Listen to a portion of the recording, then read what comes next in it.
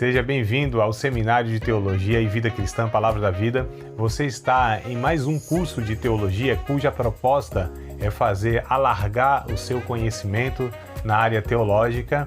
Um curso descomplicado, contextualizado, provocativo, reflexivo e que faça sentido para a nossa vida cotidiana, porque entendemos que não só a construção conceitual da teologia, respeitando as correntes da teologia construída nesses quase 2000 anos, mas isso só não é suficiente. Nós pretendemos que a partir do entendimento bíblico, dos conceitos esclarecidos, nós possamos reproduzir isso em uma espiritualidade no nosso cotidiano e nas relações. Seja bem-vindo a mais uma aula do curso de teologia do Seminário de Teologia Palavra da Vida.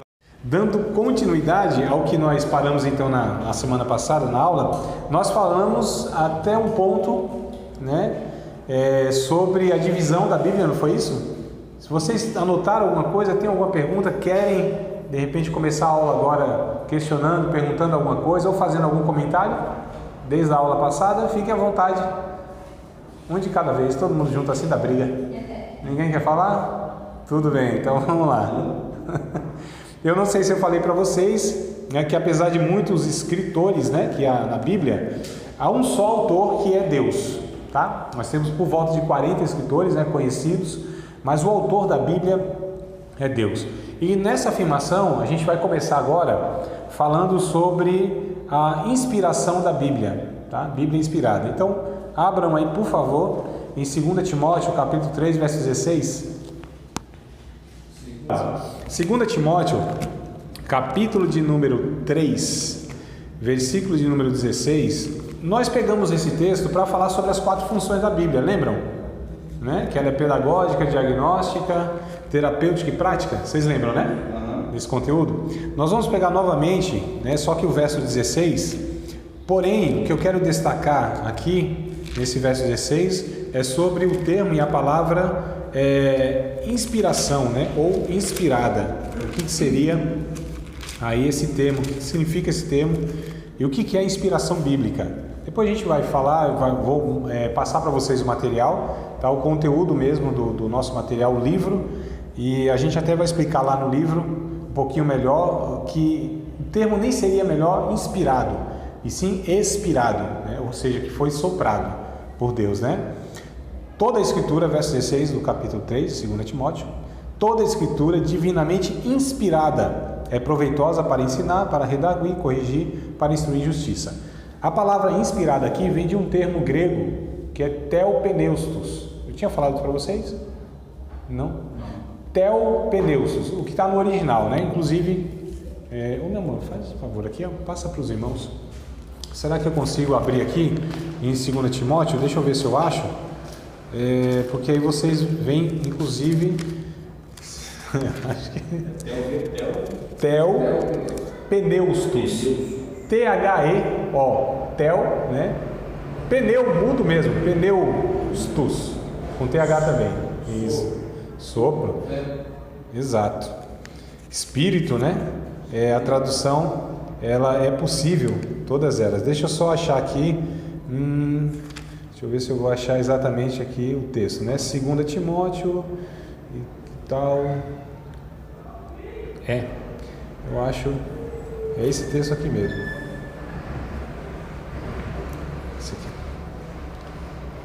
aqui. 4:16. É só, bom, se vocês não conseguirem identificar, não tem, deixa eu ver aqui só para os irmãos ir aqui direto na palavra, 4:16, toda a Escritura, grafê. Aqui, theopneustos, marca aqui, mostra para os irmãos a palavra aqui, tá vendo? Isso. Tá aí, essa é a Bíblia original, tá? Vocês hoje aqui vão, perdeu já? Perdeu a palavra não? Mostra aí, a palavra theopneustos. Lógico que aí está nos caracteres grego, Só para vocês inclusive verem os originais, tá? Tá. Aí, theopneustos, está nos caracteres grego, então não está portuguesado, como a gente vai falar nos termos originais. Vocês, quando vocês leem os livros de estudo, não está nesses caracteres, esses são os caracteres da língua grega, vai estar mesmo em letra né, que é correspondente ao nosso alfabeto. T-H-E-O, né?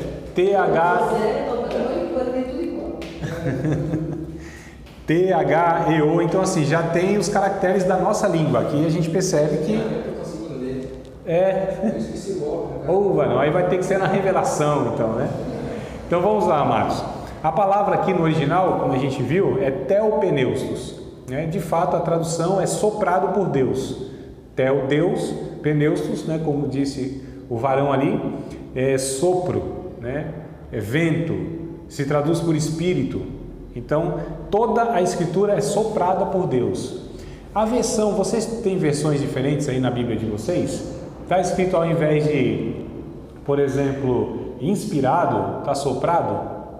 Vamos pegar outro texto de 2 a Pedro. 2 Pedro, talvez, se a versão de vocês forem diferentes da minha, talvez vocês tenham...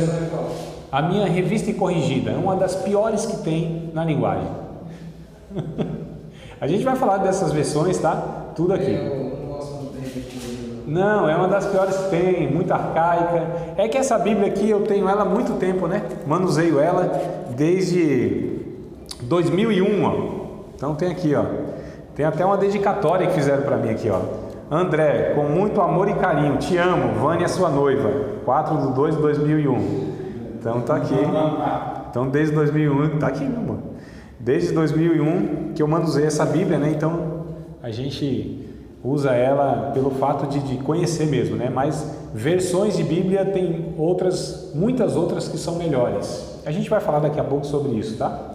Então, 2 a Pedro, capítulo de número 1, versículos de número 20 e 21. A gente também vai ver a mesma expressão aí, tá? Então diz assim, ó: sabendo primeiramente isto, que nenhuma profecia da Escritura é de particular interpretação, porque a profecia nunca foi produzida por vontade de homem algum, mas os homens santos de Deus falaram inspirados, aparece de novo aqui a palavra, pelo Espírito Santo. Está diferente aí, ao invés de inspirados, está movidos, guiados, movidos, a sua está movidos, né? Tem impelidos, isso. Então olha só, né? Impelidos, movidos, guiados, soprados, inspirados, são termos, tá? São possíveis, né? A tradução pelo original, que aqui também é theopneustos, tá? Então, inspirados, que está na minha Bíblia, o original é o mesmo que está lá em 2 Timóteo 3,16, que é inspirados. E aí é traduzido por movidos, impelidos, soprados. É a mesma coisa. O significado é o mesmo. Agora é interessante, né, para a gente entender, por exemplo, por que traduzem, né, diferente? Porque há essas possibilidades. A ideia, quando a gente pega o theopneustos, é soprado por Deus, mas os escritores, eles tinham em mente que o que era soprado por Deus, que eles conheciam, né, era o barquinho, a vela, por exemplo. O barco a vela era soprado por Deus, ou seja, era o vento que conduzia, né, que dava impelia, que é o que está aí, né, que impelia, que conduzia, que movia, que guiava. O barco era justamente o vento.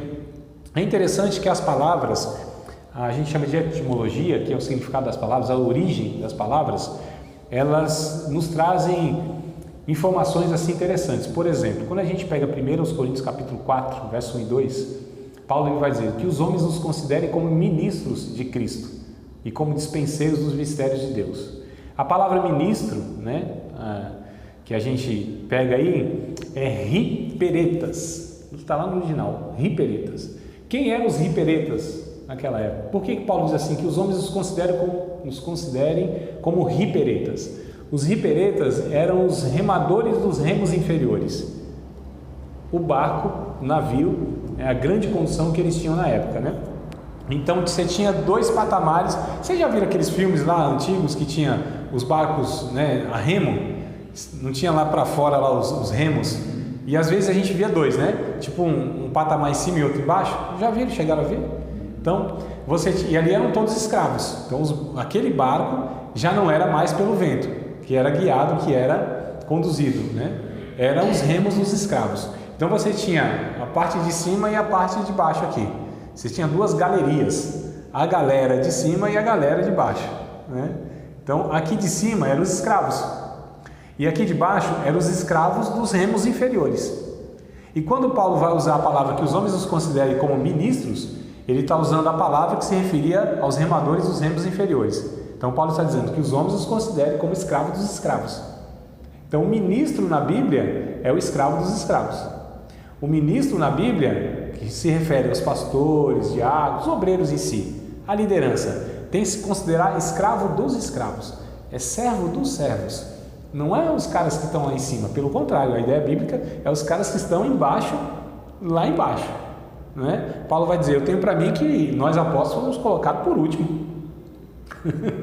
A gente parece que é o lixo do mundo, escolha de todos, não é possível, a gente só sofre, né? Essa ideia hierárquica que a gente muitas vezes constrói nas nossas igrejas, que o pastor, o pregador, o professor, sei lá, o cara é o top lá em cima, isso é antibíblico, né? Então, só para trazer a questão das palavras que foram usadas pelos escritores, pelos autores aqui, pelos apóstolos, que a gente está trazendo, o significado às vezes não tem nada a ver com aquilo que a gente interpreta, né? Percebam, amados, como muitas vezes a gente lendo a Bíblia distraidamente, superficialmente, a gente não a entende de fato, como eu disse para vocês em outra aula, que Deus só tem responsabilidade com aquilo que Ele disse e não aquilo que nós falamos, o que Deus muitas vezes não disse, né? Por isso a importância de a gente estar estudando aqui. Então, esse texto aqui, principalmente 2 Pedro capítulo 1, verso 20 e 21, vai mostrar para nós que a Bíblia ela foi inspirada por Deus, não é resultado, não foi gerado por investigação humana, por intelecto humano. Não, o texto é claro dizendo aqui, no verso de número 20, né, o 21 principalmente, mas o 20 já vai começando a falar, ó. Sabendo primeiramente isso, que nenhuma profecia da Escritura é de particular interpretação. A profecia que ele se refere aqui é a Escritura mesmo, tá? É chamada de profecia, né? As Escrituras, aqui nesse texto. Verso 21. Porque a profecia nunca foi produzida por vontade de homem algum, mas esses homens santos, eles falaram movidos, conduzidos, soprados, impelidos pelo Espírito Santo de Deus. Então a Bíblia é clara em falar que ela mesma, a Bíblia, é resultado da mente divina, é produção do Espírito Santo, né? E aí a gente chama que a Bíblia é inspirada, o material que vocês vão receber, está tudo isso detalhado, vai falar que a gente tem a revelação plenária e verbal. O que isso quer dizer?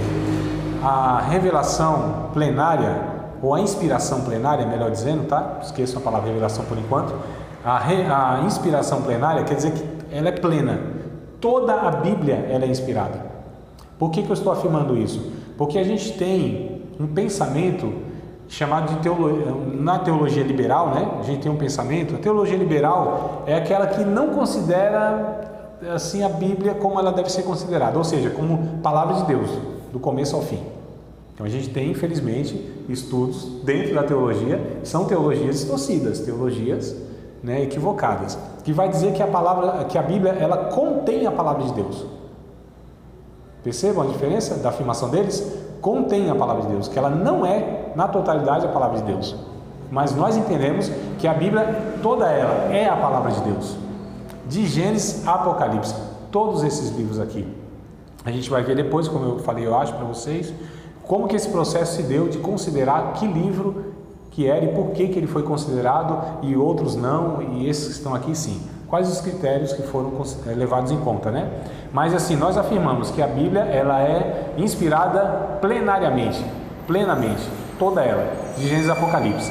Não só a inspiração plenária, mas a inspiração verbal, ou seja, todas as palavras, os verbos, os tempos que foram usados, as palavras que foram usadas, todas elas também foram por Deus conduzidas, de uma maneira soberana, porque eu não consigo explicar para vocês como que Deus ele conseguiu, né, fazer com que esses homens escrevessem exatamente no verbo, no tempo certo e as palavras corretas, porque tinham outras palavras que poderiam dar outro significado ao texto, se fosse modificado, mas é exatamente elas, né?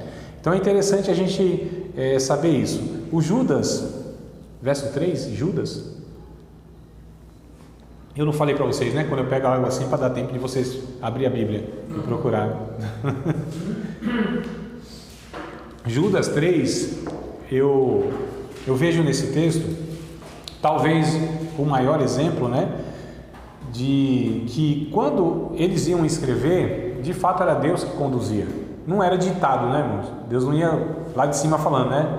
Show, Judas, faz o seguinte, escreve isso, isso e isso. Paulo. Me ouve agora. Deus não estava ditando. Deus estava de uma maneira soberana, misteriosa, inexplicável, conduzindo a mente desses homens, com as suas características, com as suas limitações, com os seus conhecimentos. Deus estava conduzindo essas pessoas para escrever exatamente aquilo que Deus queria que eles deixassem registrados. Isso é um negócio inexplicável, incompreensível, né? Como que Deus consegue isso? Não sei, não faço a mínima ideia. Então Judas, verso 3, vai nos mostrar isso. Judas, ele diz assim: quando eu fui escrever a respeito da comum salvação, eu tive por necessidade escrever-vos e exortar-vos a batalhar pela fé, ou por uma fé que uma vez foi dada aos santos. Não é isso? Então olha só, o que me dá a entender é que Judas foi escrever, ele pretendeu escrever o assunto da salvação, a respeito da comum salvação. Mas ele diz que quando ele foi escrever, ele viu uma necessidade maior de que foi escrever a respeito de outro tema, que é a fé, a batalha da fé, né?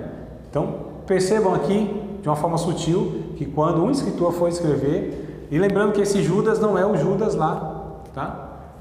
Um aluno me perguntou na outra turma, né? Só para, eu sei que vocês iam perguntar daqui a pouco, talvez, mas já adiantando, né? O Judas aqui não é o Judas Iscariote, porque ele faleceu, é o Judas meio irmão de Jesus, como o Tiago também é o meio irmão de Jesus, tá? Eles se convertem depois da morte e ressurreição de Cristo, né? Só para falar para vocês aí a autoria aqui, quem são essas pessoas.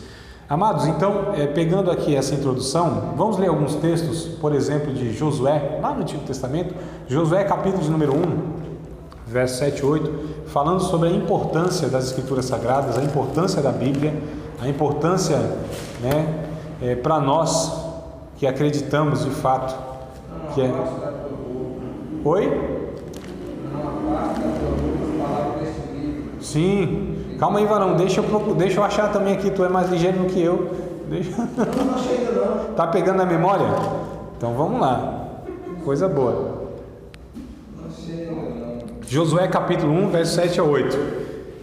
Como eu não confio na minha memória, eu vou procurar aqui no texto. Quando eu entendo que a memória vai dar conta, aí eu cito. Não é o caso aqui. Falando do verso 8, o 7 fala outra coisa. Isso, o 7 e 8 vamos ler, tá? Do Josué capítulo 1. Então somente esforça-te e tem muito bom ânimo para teres o cuidado de fazer conforme toda a lei que meu servo Moisés te ordenou. Dela não te desvie nem para a direita nem para a esquerda, para que prudentemente conduzas por onde quer que andares.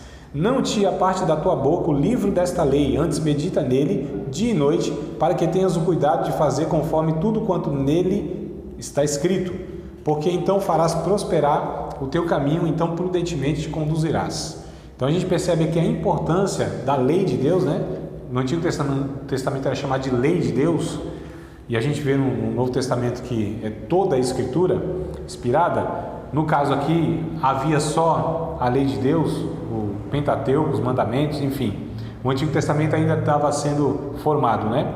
Salmo 1, muito conhecido, bem-aventurado, diz o texto, é feliz, né? A palavra bem-aventurado quer dizer feliz, tá? Bem-aventurado é o varão. Vou falar mais não. Oi? Pode falar, varão. Fale e não te cales. Vai achar o texto. Aqui... Bem-aventurado o homem que não se... Isso, mas tem a questão, varão, é bom a gente exercitar a memória, né? Eu gosto de ler, embora às vezes tenha um texto ou outro gravado na memória, eu gosto de ler porque a gente às vezes vai perdendo uma palavra ou outra, né? Estou falando de mim, a minha memória. Isso, exato. É que vai, no meu caso, vai fugindo algumas palavras e às vezes eu esqueço, né? Mas é bom a gente sempre reler. Bem-aventurado o varão que não anda segundo o conselho dos ímpios, nem se detém no caminho dos pecadores, nem se assenta na roda dos escarnecedores, Antes tem o seu prazer na lei do Senhor, na sua lei medita de dia e de noite, pois será como a árvore plantada junto a ribeiros de águas, a qual dá o seu fruto na estação própria, e cujas folhas não caem, e tudo quanto fizer prosperará. Então, olha outro texto dizendo a respeito da importância de refletir na palavra, de ter a palavra de Deus como sendo um contato diário com a nossa vida. Reflexão, meditar aqui é refletir, né? No caso, não é só pensar de uma maneira contemplativa, e sim de refletir sobre a palavra, pensar nela. Refletir é o que é o refletir? O que é a reflexão? É aquilo que a gente tenta fazer, né, Emerson? Que eu acho que você faz mais do que eu. É flexionar de novo. Não é? A academia a gente faz isso, flexiona de novo. Então a reflexão é a repetição do exercício. Isso é reflexão. Às vezes a gente tem como reflexão como olhar de novo. Também pode ser, mas é esse exercício repetido. É por isso que diz, reflete de dia e de noite. É esse exercício contínuo de leitura, de pensamento da palavra de Deus. E aí a gente percebe, inclusive, que muitas ideias estão equivocadas, né? Quanto mais a gente estuda a Bíblia, mais nós teremos condição de concluirmos melhor e de termos, irmãos, porque é interessante quando a gente pega Deuteronômio capítulo 17, já fazendo esse link aqui, já para introduzir, dar continuidade ao que eu estou falando aqui. Deuteronômio 17, eu vou ler com vocês aqui e vou abordar. Na minha conclusão, né, eu entendo que Salomão, ele teve a sua vida o final da sua vida, de uma maneira triste, por um detalhe. Foi um detalhe que levou Salomão a uma vida, no final dela, melhor dizendo, de declínio espiritual, tá? E a gente vai ver o porquê aqui, o principal. Capítulo 17, verso de número 14... até o verso de número 20, né? Vou ler todo esse trecho aqui. E lembrando que essa ordem de Deus é muito anterior à vida de Salomão. A gente está falando aqui de 1400 e alguma coisa, 1440, 45, ser mais exato. Salomão está lá no ano 1000. Então a gente está falando de mais de 400 anos antes de Salomão existir.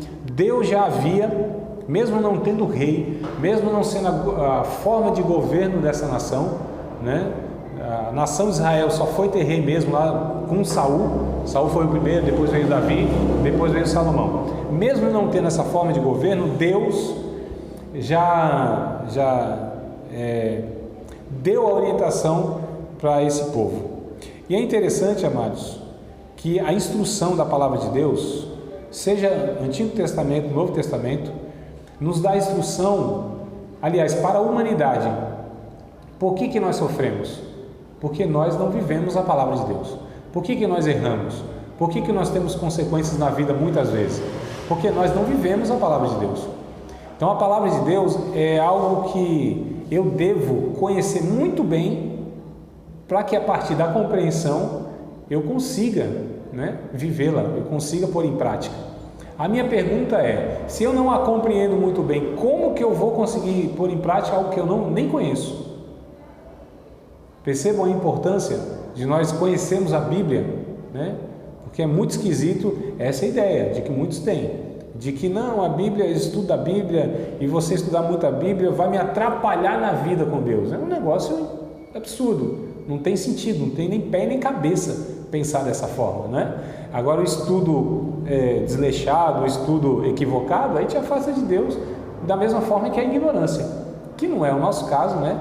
Sempre acompanhado. Eu falei para vocês, eu acho que eu estou perguntando porque como é duas turmas, a gente está tendo a mesma matéria, eu não lembro exatamente para quem eu falei o conteúdo, mas acho que foi de sexta-feira, que assim, a gente entre o quebrantamento e entre o conhecimento e a prática, nós temos que ter uma ponte, que é o quebrantamento. Eu não falei isso para vocês, não falei? Então foi para vocês que eu falei.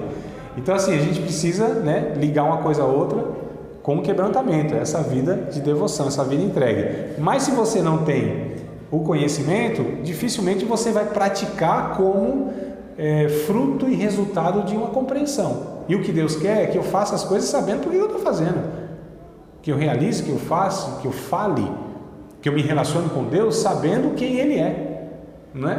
Senão vira um adestramento religioso. A gente faz porque o pastor disse que tem que fazer, o professor ensinou assim, mas e aí?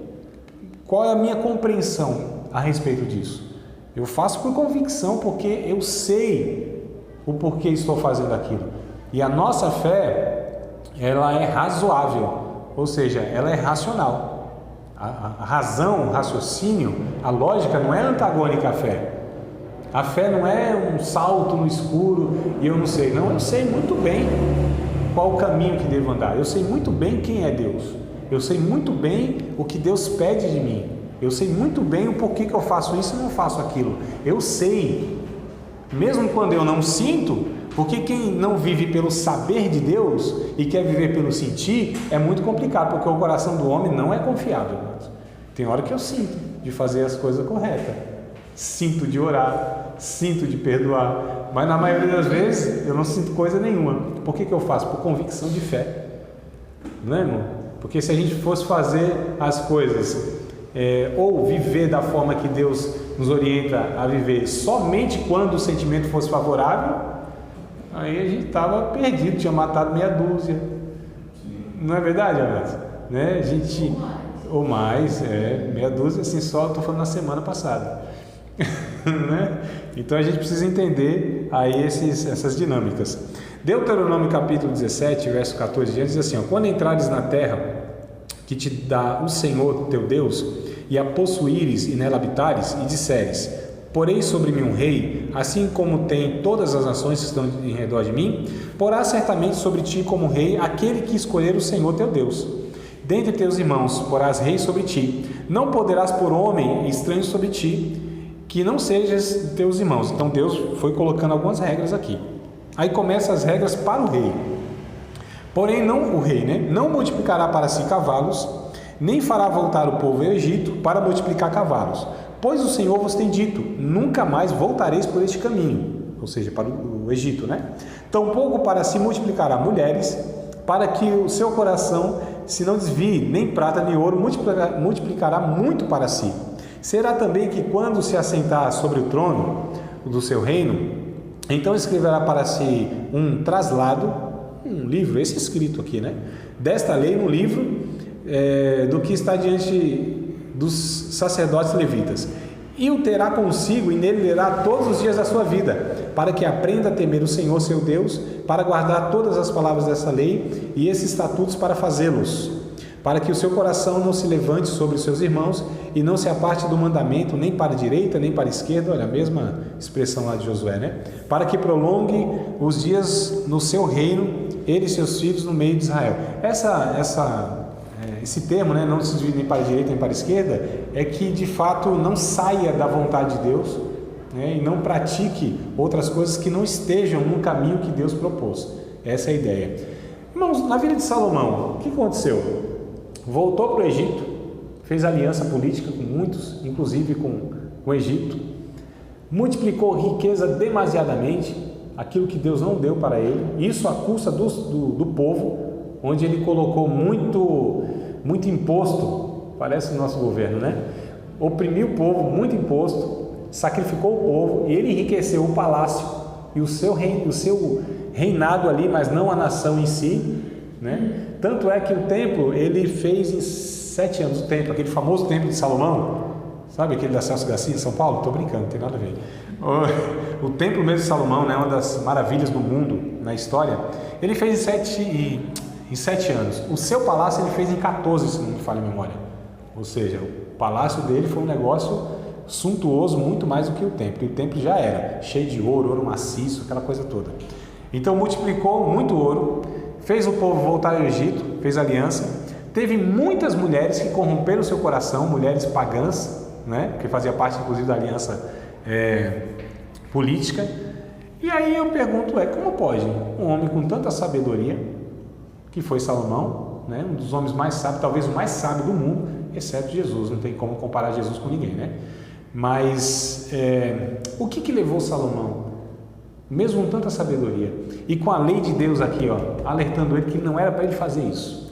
Porque ele deixou um quarto ponto aqui. Então, Primeiro ponto, não voltar para o Egito. Segundo ponto, não multiplicar muita riqueza, né?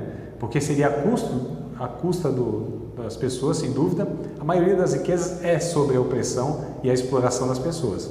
Riqueza é um negócio meio complicado, né? Não é o dinheiro em si, tá, irmão? Não tem problema. Quem tem problema com dinheiro, eu tenho a solução para você. Passa todo o seu dinheiro para mim e seja feliz.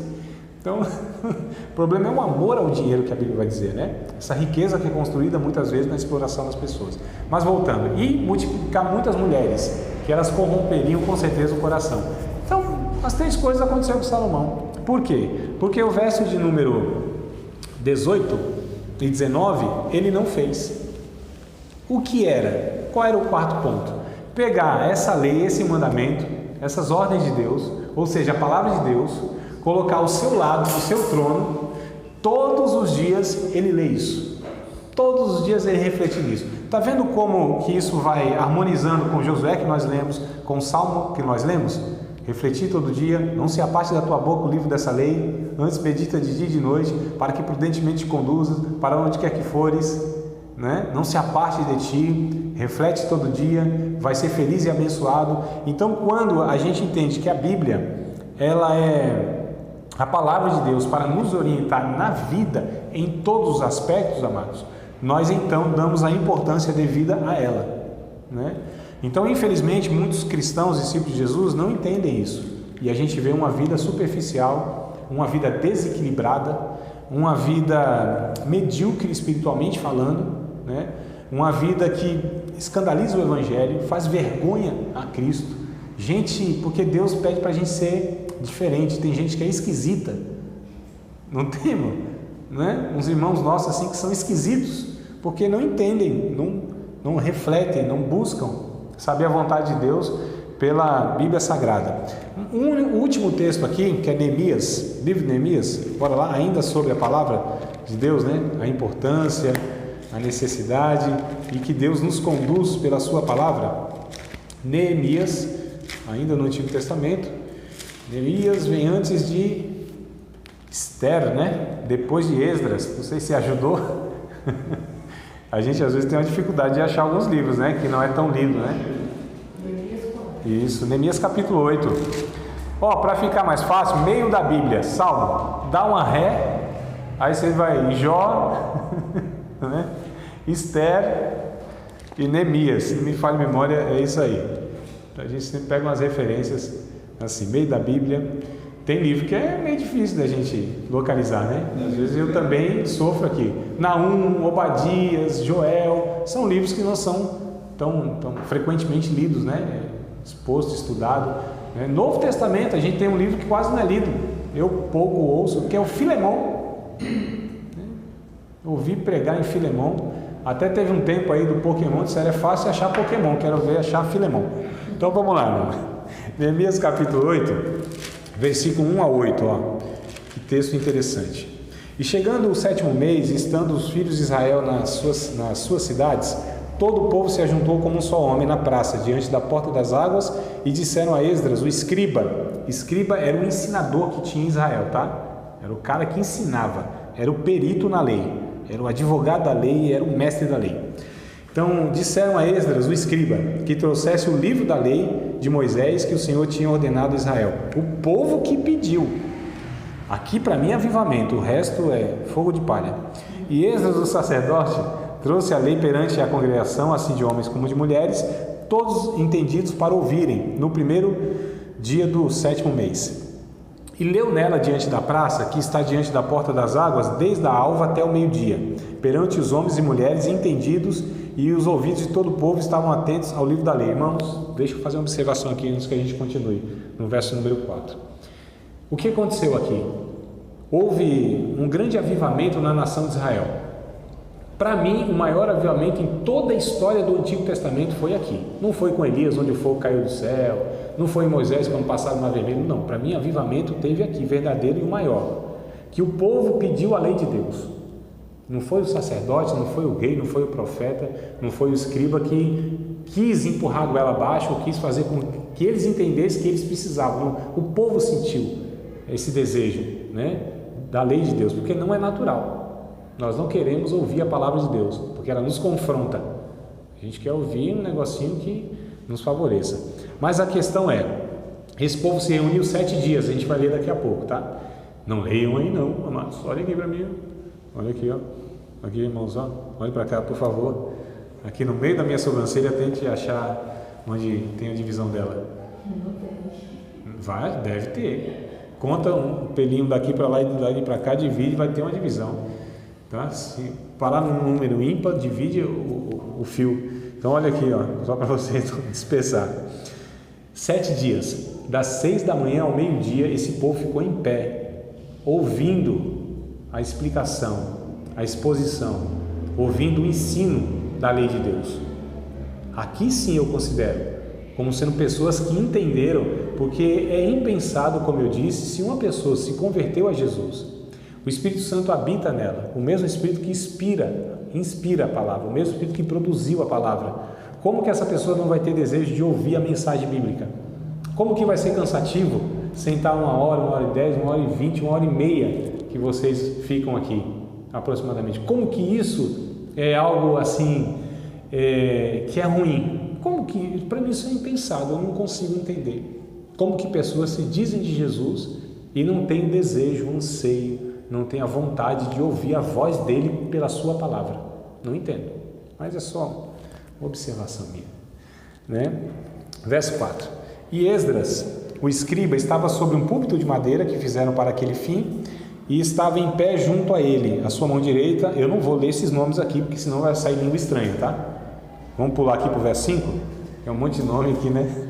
E Esdras abriu o livro perante os olhos de todo o povo, porque estava acima de todo o povo. Abrindo ele, todo o povo se pôs em pé. E Esdras louvou o Senhor, o grande Deus. Todo o povo respondeu, amém, amém, levantando as mãos, e inclinaram-se e adoraram o Senhor com o rosto em terra. E Jesua, e Bani, Serebias, e Jamim, e Acube, e Sebetai, e Odias, eu podia pular isso aqui também, né? Então vou pular esses nomes aqui, tá? E os levitas ensinavam ao povo na lei, e o povo estava no seu posto. Verso 8.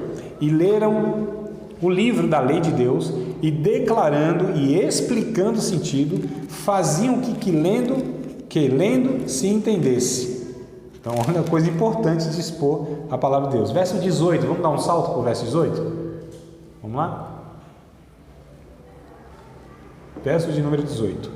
E de dia em dia ele lia o livro da lei de Deus, desde o primeiro dia até o derradeiro. E celebraram a solenidade da festa 7 dias, e no 8º dia a festa do encerramento segundo o rito.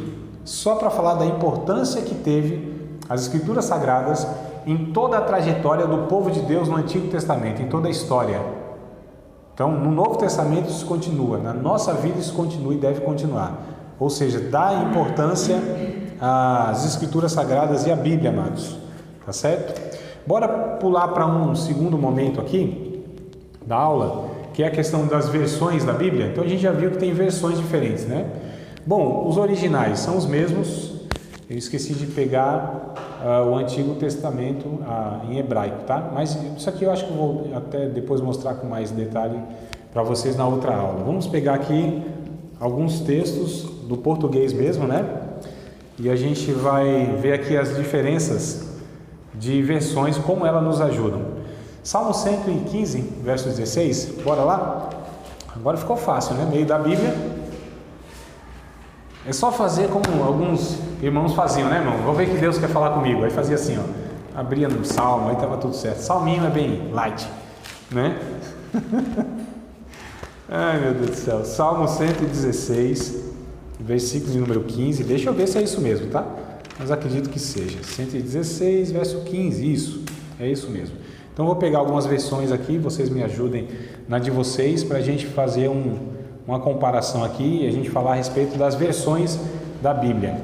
Salmo 116, verso 15. Na minha está assim, ó. Preciosa é a vista do Senhor a morte dos seus santos. Como que está aí na de vocês? Preciosa é a vista. Isso, Salmo 116. Como que está, amada? O Senhor veio compensar a morte dos seus fiéis, tá certo? 116? Isso, e 15. 116, 15. Exato, não, irmã? Exato. Olha, mas como está diferente? Né? Só ali agora, o que eu faço? Não faço nada. Como é que está na sua? A minha está preciosa é a vista do Senhor a morte dos seus santos. Ok. O Senhor veio compensar a morte do seu fiel. Isso. Emerson, a sua também? Tá bom. Tem outra aqui, ó. O Senhor se importa profundamente com a morte dos seus fiéis. Que é essa, não é? Não é igual? Isso. Com pesar. Ah, sim. Então aqui também tá outra coisa. O Senhor se importa profundamente com a morte dos seus fiéis. Tem outra aqui, ó, que vai dizer o seguinte. Deixa eu ver aqui porque é um bloco, né? Quando eles chegarem aos portões da morte, o Eterno saudará os que o amam. É o mesmo texto. Fala, nossa, André, o que está acontecendo? Por que tem toda essa diferença? Lembra que eu falei para vocês que a Bíblia foi escrita em duas línguas principais, tem o dialeto que é o hebraico. Por que o aramaico, melhor dizendo? Por que eu não falo, geralmente quando eu falo, não foi em 3 línguas? Porque o aramaico é uma outra porção que tem muito pouquinho, tá? Majoritariamente 99% do Antigo Testamento é hebraico. 99,9999% do Novo Testamento é grego. Então por isso que eu sempre falo, né? Hebraico e grego, tá? Então aqui essas duas línguas, elas quando vão ser traduzidas para qualquer outra língua, português e qualquer outra, a gente não tem expressões tão ricas como a gente já percebeu. Teopeneso, o significado que tem, né? Ministro, ripereto, o significado que tem. Então esses originais, os conceitos dessas palavras são tão ricas, né, no entendimento, que a nossa língua, qualquer outra língua, não traz o mesmo, a gente chama de arcabouço conceitual. São palavras bem superficiais e que se aproximam, né, que muitas vezes não dá conta mesmo de trazer toda a essência e o sentido mesmo da palavra lá, do termo, dos textos e tal. Então aqui a pergunta é, o que está correto, André? Qual dessas versões é correta? Porque a gente viu aqui que parece que uma até contradiz a outra. O Senhor se importa com a vida ou preciosa é a morte dos seus santos? Não parece ser contraditório? Né? Como que a gente poderia... Aí talvez vocês iam perguntar agora, mas eu estou adiantando a pergunta de vocês. André, qual é a melhor versão? Que Bíblia que eu devo ter? Vira e mexe, os alunos me perguntam isso, né? André, me dá uma dica aí, então para eu comprar a Bíblia certa. Aí eu falo assim, compre todas e não espere de nenhuma. Animaram vocês aí, não? Compre todas elas que vocês puderem. Por quê? Perceba, eu estou só com 3 aqui, ó. Juntei mais umas 2 de vocês, que é um pouco diferente. A do varão acho que é igual a minha, né? Aí a gente fala, como que a gente faz então? Bom, nós vamos ter Bíblias que são mais aproximadas e melhores na linguagem. A minha, por exemplo, que eu falei aqui brincando, mas é verdade, é uma das piores que tem porque as palavras são arcaicas. O João Ferreira de Almeida, a revista Almeida e Corrigida, qual o critério que foi usado para traduzir dos originais? Todas elas foram, né, pegas do original, que é esse aqui que eu tenho aqui, que eu mostrei para vocês. Qual foi o critério dessa daqui? Quem traduziu? João Ferreira de Almeida. Ele foi traduzir palavra por palavra, entendeu? Palavra do grego, essa aqui. No português, mais ou menos a que se assemelha, se aproxima é essa. Então, palavra por palavra. Aí ficou um negócio bem complicado, porque, por exemplo, não é boa a vossa jactância. Mancebo, não é boa a vossa jactância. Tudo me é lícito, né? Não é boa a tua concupiscência. O Senhor macerou o meu coração. Fala a verdade, irmão. São termos português a gente está falando, né? Mas que para nós não é usado, arcaico, antigo. Percebam a necessidade que teve de estar melhorando essa linguagem? Então, quando a gente pega versões diferentes, a gente vai perceber que umas são melhores em alguns textos e outras são melhores em outros textos. Aqui, por exemplo, qual é a melhor? Todas e nenhuma. Por quê? Porque de fato nenhuma delas traz o que o original mesmo lá, né, quer expressar. E o que o original quer expressar? Vamos pegar todas elas, olha como vai ajudar, vai contribuir na compreensão. A ideia seria assim: é tão preciosa a vida dos seus santos para Deus, que no momento da morte, Ele se importa profundamente e recebe eles na eternidade. Se faz presente na morte dos seus santos, porque é preciosa a vida desses homens para Deus. Perceberam, amados? Essas versões, elas contribuem. E a necessidade de ter diversas versões, essa aqui é a NVT, Nova Versão Transformadora. Essa aqui, ó, que fala, opa, caiu um bocado de coisa aí. Que fala que o Senhor se importa profundamente com a morte de seus fiéis, né? Então aqui traz um aspecto, que é possível essa tradução.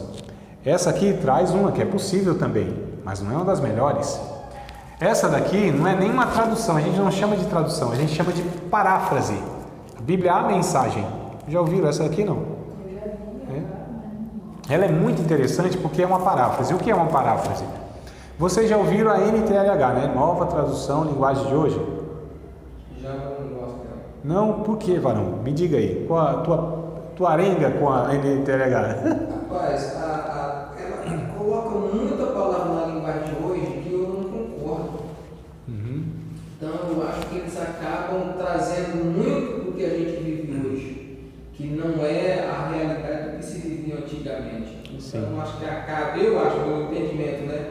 Que acaba trazendo muita coisa para dentro e fazendo com que você viva. É por isso que hoje em dia você vê muitas mensagens com aquelas assim, poxa, eu vou trazer a mensagem que eu quero alcançar. Você não tem que trazer a mensagem para alcançar, você tem que pregar o que é verdade. Eu entendo dessa forma, né? Que você não tem que transformar